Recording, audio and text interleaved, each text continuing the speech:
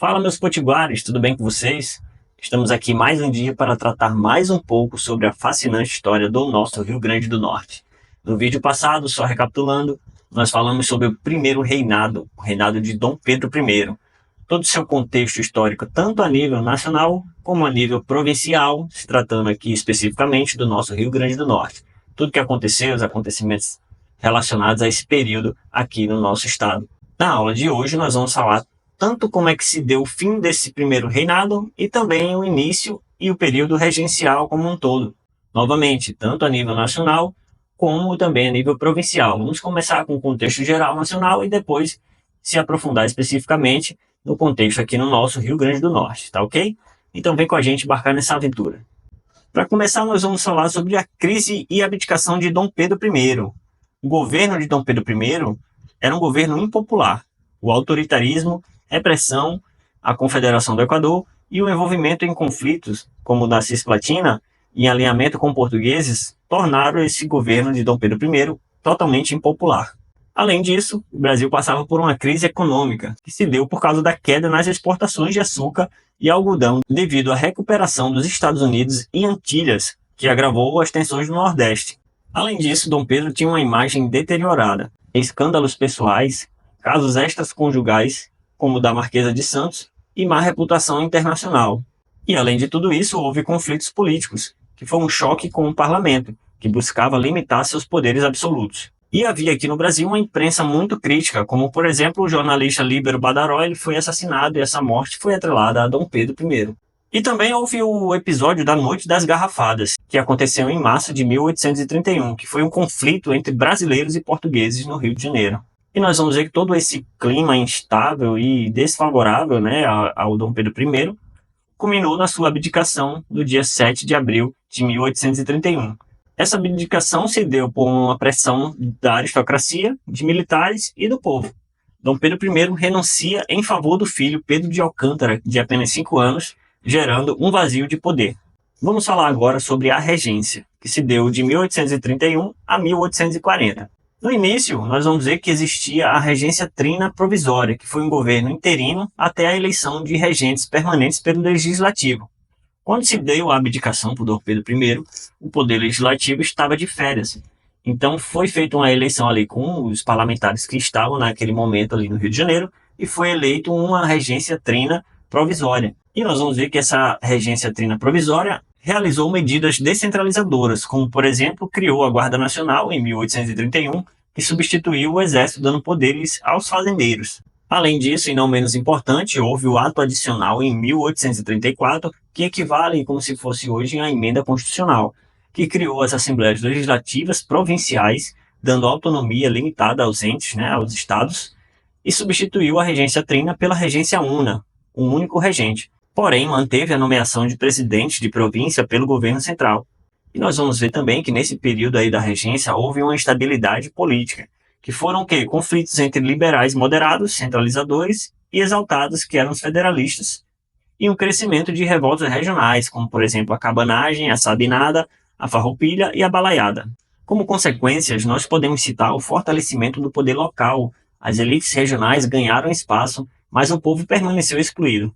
E a crise do ato adicional. Medidas insuficientes acirraram conflitos e revoltas populares, culminando no golpe da maioridade em 1840, que foi a antecipação da maioridade de Dom Pedro II para restaurar a ordem e centralizar o poder.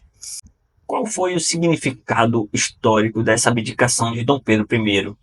Foi uma vitória dos liberais. O fim do absolutismo de Dom Pedro I, consolidando a independência política de Portugal. Dom Pedro I ele era muito acusado de ser mais português do que brasileiro, então a queda dele significou o rompimento definitivo desse cordão umbilical que existia entre Brasil e Portugal. Porém, foi um período conturbado. Crise econômica, disputas de poder e revoltas evidenciaram a fragilidade do império. E houve a preparação para o segundo reinado. A regência expôs tensões que seriam parcialmente resolvidas com Dom Pedro II. Contexto pós-Confederação do Equador, de 1825 a 1830. Governo de Manuel do Nascimento Castro e Silva.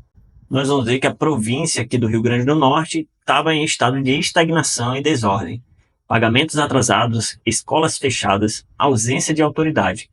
regiões infestadas por bandidos e impunidade generalizada. Focos de tensão em Porto Alegre e Apodi, mas sem revolta significativa. Foi um período de inércia. Até 1830, nenhum evento de grande impacto político aconteceu na província do Rio Grande do Norte. Quais foram as reações à abdicação de Dom Pedro I aqui no Rio Grande do Norte? Houve uma agitação no batalhão de caçadores da primeira linha, que exigiam a demissão de comandantes ligados a Dom Pedro I e sua substituição por brasileiros nato. O presidente da província, que era o Rocha Bezerra, cedeu às pressões, reintegrando liberais que foram perseguidos. E o novo comandante militar, José Carlos Teixeira Júnior, apoiou os liberais, aumentando a tensão com o presidente da província. Agora vamos falar sobre o Rio Grande do Norte no período regencial, de 1831 a 1840. Como já foi citado anteriormente, houve uma ausência de grandes revoltas, diferente de outras províncias, como por exemplo a cabanagem, que aconteceu no Pará, e a farroupilha, que aconteceu na região sul. Houve apenas alguns conflitos isolados, como por exemplo a tentativa de saque por tropas paraibanas em Natal, a qual a população civil armada repeliu esse ataque, E aconteceu uma prevenção contra a Setembrada, que é um movimento que ocorreu lá em Pernambuco. O governo local armou os civis e expulsou os soldados rebeldes. E aconteceu um movimento anti-lusitanismo. Foram entregues panfletos em Natal em 1831 exigindo a expulsão de portugueses e rebeliões na tropa de linha contra oficiais acusados de simpatizar com Portugal. A quadra histórica do período regencial transcorreu sem maiores problemas no Rio Grande do Norte. Enquanto eclodiam várias rebeliões regionais no país, algumas de caráter republicano e separatista, aqui não ocorreu nenhuma rebelião de maior vulto. Apenas alguns pequenos movimentos armados em algumas poucas localidades à época da abdicação de Dom Pedro I. Em Recife eclodira a Setembrada, rebelião da soldadesca que ameaçava respingar por aqui. Precavendo-se, o governo local armou seus cidadãos, recolheu as munições e dominou, sem luta, os assomos dos soldados, expulsando 88 das fileiras e sacudindo-os fora da província. No mais, o que ocorreu no Rio Grande do Norte de 1831 a 1840 foram brigas entre grupos políticos que disputavam o poder. Tensões republicanas e alerta do governo central. Havia uma preocupação com as sociedades secretas. O padre Feijó, que era o ministro da Justiça, alertou sobre possível movimento republicano em Natal em 1831. Era um medo das ramificações de revoltas separatistas no Rio Grande do Norte, embora nenhuma tenha vingado.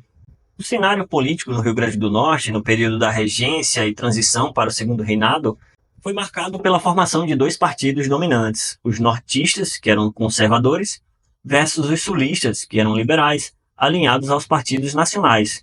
Ou seja, o que ocorria a nível nacional também ocorreu aqui. Mas o que acontecia na prática era um monopólio político. Os programas eram semelhantes, sem diferenças ideológicas marcantes entre esses dois partidos. Era praticamente uma disputa pelo poder. O RN teve participação marginal nos conflitos das regências. Apenas abrigou Caxias, a caminho de combater a balaiada no Maranhão. Segundo Tavares de Lira, como reflexo do que se desenvolvia no centro-sul do país, dois grupos políticos foram formados no Rio Grande do Norte, os nortistas e sulistas, que correspondiam, respectivamente, aos partidos conservador e liberal, que monopolizaram o jogo político eleitoral durante todo o Segundo Reinado. Aqui não era em nada diferente do que ocorria no resto do Brasil. Os partidos políticos eram iguais, com programas semelhantes e processos idênticos. A participação do Rio Grande do Norte num fato relacionado à fase das regências, e mais precisamente as grandes rebeliões daquela quadra histórica, restringe-se mais proximamente a algo subalterno, ter hospedado Luiz Alves de Lima e Silva, futuro Duque de Caxias, quando este se dirigia ao Maranhão para combater os balaios. Como eu falei anteriormente, naquele ato adicional de 1834, foram criadas as Assembleias Legislativas Provinciais, e aqui no Rio Grande do Norte não foi diferente. Qual foi a consequência dessa criação das Assembleias? Houve uma descentralização do poder e o poder local foi fortalecido. Nós vamos ver que em relação a essa criação da Assembleia Provincial aqui do Rio Grande do Norte, houve uma eleição que foi restrita. Apenas 70 eleitores votaram em Natal, que tinha uma população de aproximadamente 5 a 6 mil pessoas. O voto naquela época não era livre como hoje em dia universal, que qualquer um poderia votar, bastando apenas ter o título do eleitor. Naquela época, apenas a elite poderia votar, os homens de posse, os homens que tinham poder e muito dinheiro. Inclusive, os deputados eram proprietários rurais, padres, militares e funcionários públicos. Foi um período de expansão administrativa. Novos municípios foram criados, como Açu, Angicos, Apodi, entre outros. E existia duas comarcas aqui no Rio Grande do Norte, Natal e Açu. 13 municípios e 22 escolas na província em 1836. Sobre esse período é interessante falar sobre um controle social que aconteceu e a resistência popular.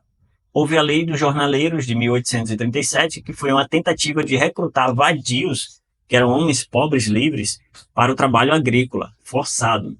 Porém, essa política fracassou, foi rejeitada por ser vista como uma escravidão disfarçada. Houve uma resistência popular, ocupação de terras públicas para a criação de pequenos sítios. Natal, estrutura urbana e econômica. A cidade alta era o centro político-administrativo, abrigava, por exemplo, a Igreja Matriz, o Palácio do Governo, o quartel militar e prédios públicos. A cidade baixa, que era Ribeira, era o centro comercial, com armazéns, importação e exportação, por exemplo, a Rua da Alfândega. Nesse período houve um crescimento populacional significativo. Em 1840 haviam 100 mil habitantes no Rio Grande do Norte, um aumento de 30 mil desde 1820. Fim da regência e golpe da maioridade em 1840. A descentralização falhou.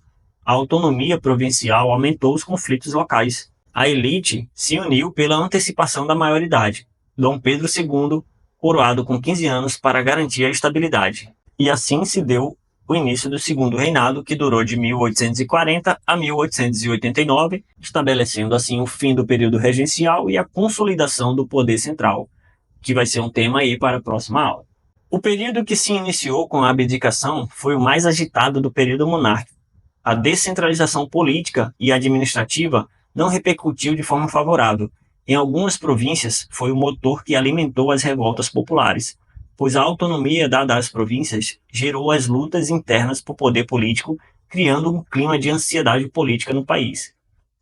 As divisões no interior dos grupos dominantes abriram espaço para que a massa de homens livres e pobres, e mesmo os escravos, se revoltassem contra os privilégios da aristocracia latifundiária, exigindo para si melhores condições de vida. Sobre essas revoltas se bateu uma repressão intensa. Além de reprimir violentamente as rebeliões, a elite política, temerosa da fragmentação do território brasileiro, defendia a antecipação da maioridade de Dom Pedro de Alcântara. Segundo ela, a posse do imperador garantiria a estabilidade política do país. O argumento uniu a todos. Pedro de Alcântara foi coroado como Dom Pedro II em julho de 1840, com 15 anos incompletos. Começava o Segundo Reinado. Então, por hoje, nós vamos ficar por aqui. Agradeço você que assistiu até aqui. Muito obrigado. Deixa aí o teu like se você está assistindo pelo YouTube. Se inscreve no canal, deixa um comentário bacana. E no mais, até a próxima, meus amigos. Um abraço. Valeu!